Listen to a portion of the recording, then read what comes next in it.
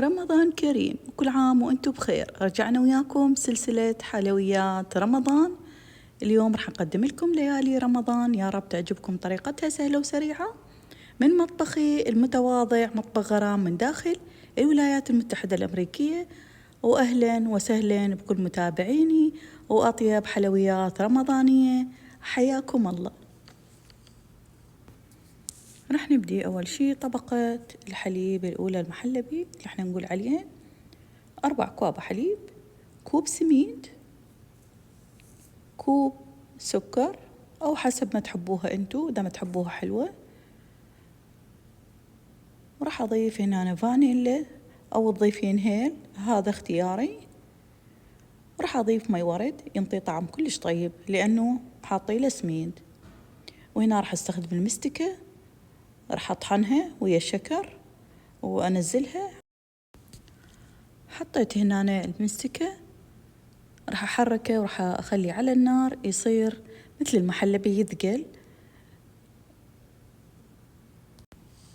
ولازم نظل نحرك به هو على الطباخ من تركيا حتى لا يكتل. راح نفرغه بعد ما ثقل، طبعا لازم تظلين تحركين مثل ما قلنا. نفرغه بايركس أو صحن تقديم بهالشكل، نعدل مستوى السطح مالته حتى الطبقة الثانية تجي عدلة وياه. هسه اتركه يبرد يعني لحد ما ياخذ قالب، تعرفون انتو نفس طريقة المحلبي بالضبط، لكن هذا بالسميد.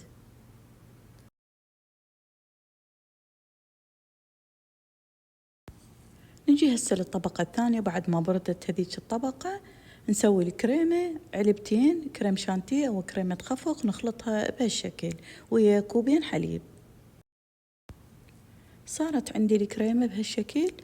هسه راح نديرها فوق الطبقة الأولى اللي سويناها. أكيد هسه جمدت، خليناها تقريبا ساعة. وراح نجي هسه ندير الكريمة بهالشكل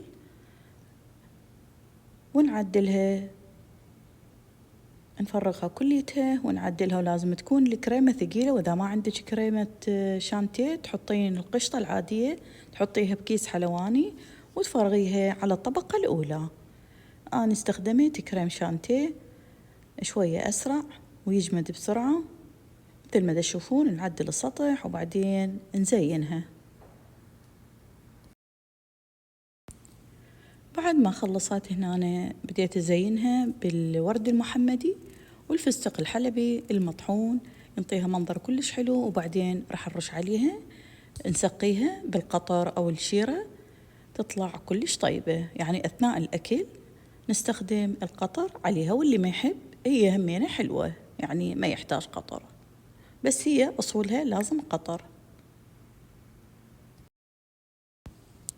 وهنا أنا بدينا نقطعها، شوفوا القطع مالتها تخبل، وخليها ساعتين 3 قبل الفطور. وصلنا وياكم من نهاية الفيديو. اليوم قدمت لكم حلو ليالي لبنان، يا رب تعجبكم الطريقة. أترككم بأمان الله وحفظه، مع السلامة.